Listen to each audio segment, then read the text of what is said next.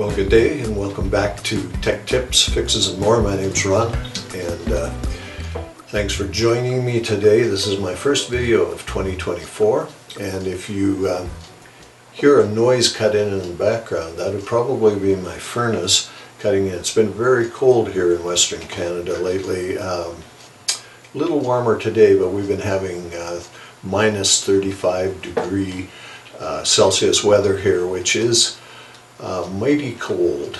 And you try and start your vehicle, you have to have it plugged in, and you also drive your vehicle in this kind of weather and it feels like driving a brick. So anyways, it's cold but it's warm in here, and I've been working on a new project here. This project today is a guitar amp. It's a 2-channel 30 watt guitar amp that it's all solid state, and I'm not sure what its age is, but it's an Ephiphone Firefly 30 DSP, and the DSP stands for the fact that it has digital signal processing, which allows it to provide some effects and so on for the guitar. It has delay effects, it's got flanger, it's got chorus, and it's also got a separate digital reverb in this one. It's got 2-channel, as I say, and it's a selector switch that switches between the channels. One is a dirty channel, one's a clean channel, and got the typical treble, mid and bass controls for that. Now, this unit was sent to me by a friend, and apparently this was used in a school situation for a number of years before they acquired it. When they got it, apparently it was the light would come on the on-off switch, and that's all you could get. There was no sound whatsoever, and so they wanted to see if it could be brought back from the dead, and so they sent it to me. And so that's what we're going to get into this and work through it. Now, before I started working on this, I did go online, as I usually do, to see if there's any information. And there is a bit of information online, some specifications and so on. And I even did find a schematic. But the schematic, I don't think is a factory schematic. I think this must have been something that was generated by a person who maybe wanted to work on these. And so we'll get into that a little later because I'm not sure the schematic was completely correct.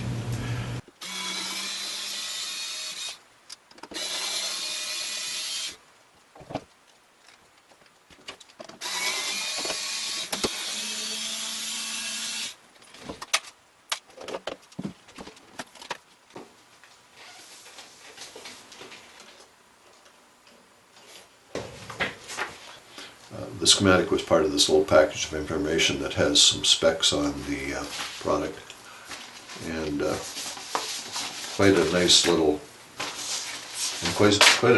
2-page schematic. But the first thing I noticed when I started looking at the power supply was that it shows 2 regulators here. Actually 3 regulators, one here, and one over here. And these 2 are labeled as 7805 and 7905 regulators, which are 5 volt and negative 5 volt regulators. But then the output of the first regulator goes to another regulator that's also labeled 7805. And so you can't have 2 7805 regulators in series. Plus there's a notation on the schematic showing that these 2 regulators have to be 15 volt regulators, which means that those should be 7815 and 7915 regulators. So those are mistakes right away. So it undermines the credibility of the schematic a little bit when you have a simple mistake like that on there, but that could be just a cut and paste error when they made the schematic. Anyways, And I'm going to be looking at the power supply because there doesn't appear to be anything happening other than the light on the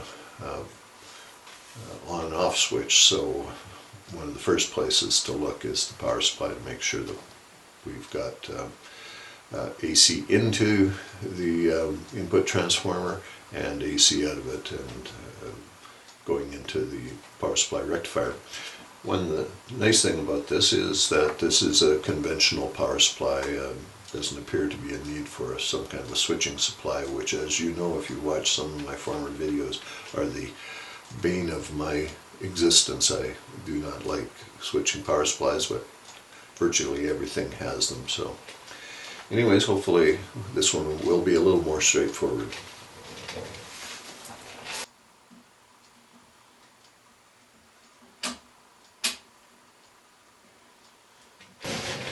I'm going to disconnect the speaker, and there's just a tie wrap in here holding the wire from the speaker onto the bottom of the chassis. If I pull this chassis out, I don't want that to be still connected. So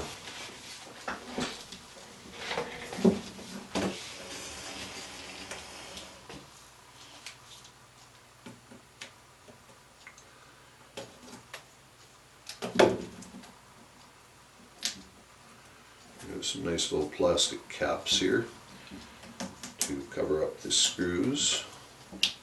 Pop those out and set them aside.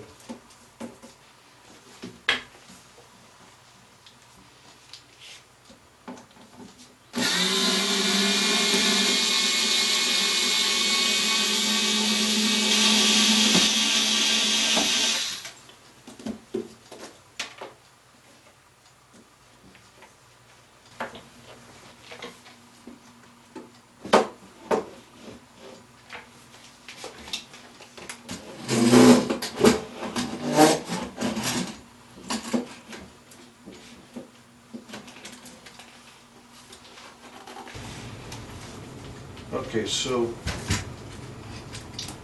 here's the amp out of its case. This obviously is the power transformer, and the power supply circuitry is in here. So first thing is, I see a couple of fuses. They don't look bad, but I'm going to check them real quick. Do a quick ohmmeter test with them.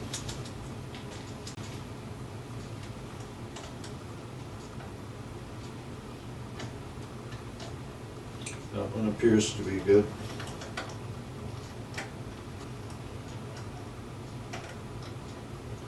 That one does not appear to be good, so I'm going to pop it out of there and just double check that.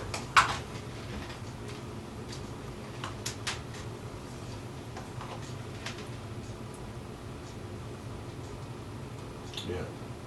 Okay, so that fuse is blown. That's a 3 amp 250 volt. That's a GMA type fuse. And I just happened to buy a collection of those GMA type fuses just the other day.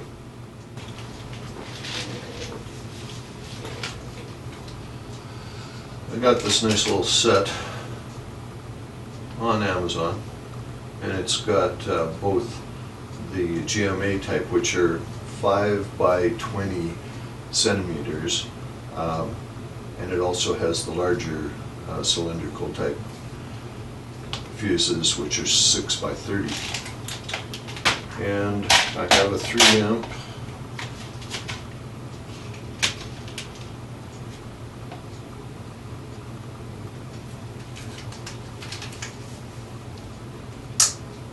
Now there may be a difference here in whether they're a fast blow or a slow blow, but for these purposes right now, I'm going to use this one. I think that may have been a slow blow fuse.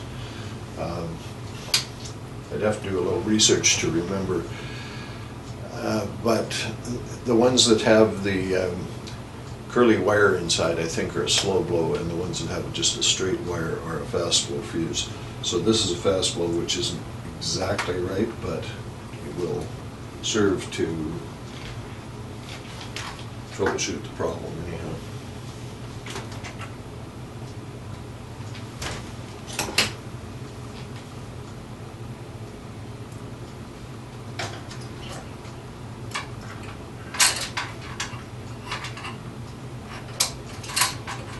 I'll show you what I'm doing here, but it's pretty hard to get a shot of the inside here. I can hardly see it myself. I'm going to just inspect this a little bit more closely now. When you have a blown fuse, obviously there's a reason for that. Sometimes it's not a serious reason, but it's wise to take a look and just see if you can see anything burnt on the board, anything that might give you a clue to why that fuse blew. One thing I am noticing here, let's see if I can get a little more light on it.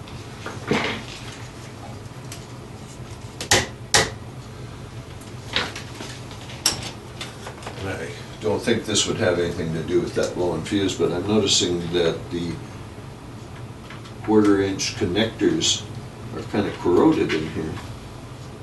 It looks like a pretty new amp, so it's a little surprising to see that. Probably want to spray those and clean them up a little bit as best I can. I don't see any burnt or discolored components. I see another couple of fuses over here that look like they're intact. I think those are fast flow 2-amp fuses there. Again, this is just visual, but usually those fast flow fuses that are just a single filament down through the middle, they're pretty obvious when they're blown.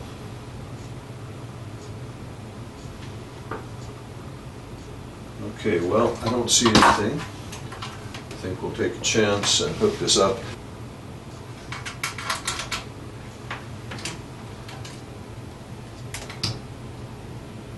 Okay, so when I turned that on, I heard a little bit of a thump in the speaker, which is a good sign.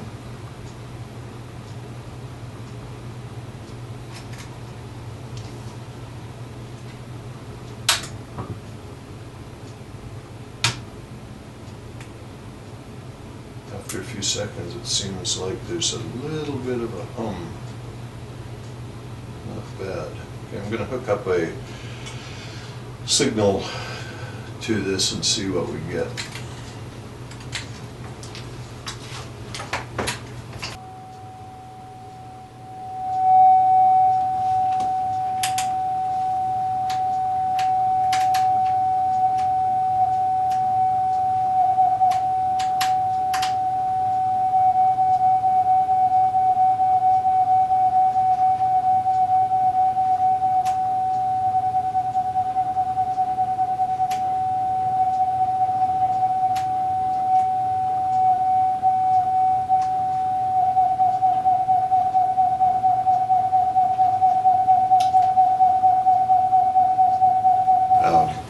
So it appears to be working, and that replacement of that fuse is all the problem was.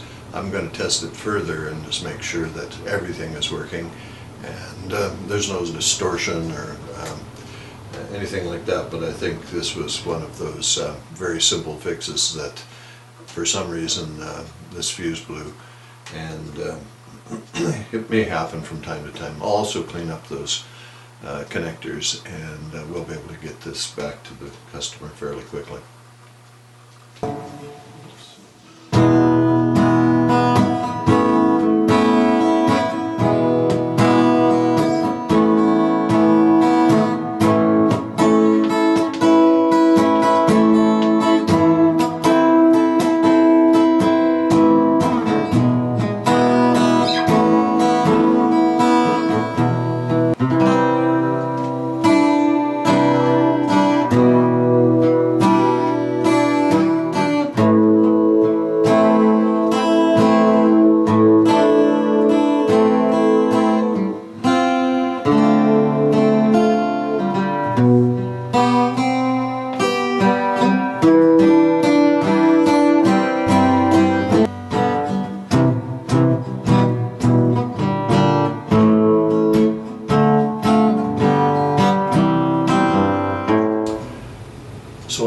call this one a wrap. It's actually pretty nice to finally get a project come in and the answer be something quite simple. This is the way it is when you're doing these kind of repairs at a music store or wherever. Some of them are real stinkers to try and fix, and some of them are very simple, straightforward problems that take you just a few minutes. You spend more time taking them apart than you do actually fixing the problem. And so it's kind of refreshing to come across one of these easier ones. It doesn't make for maybe as interesting a video, but I'm going to release this one anyways, just to show you that these do come along every once in a while where the problem is a simple fix. I did do some additional testing with it and ran it for quite a while. So, and I didn't see any other problems come up. The fuse never blew again. Apparently the background on this is that it was used at a school for quite some time, and as the owner says, it's hard to know just exactly what kind of abuse it might have been subjected to in that situation. Maybe they were cranking it up to 11 and playing loud and blew the fuse just because they were playing it so loud. Hard to say, but anyways, looks like this one is working for them, and I'm going to put it back together and move on to the next one.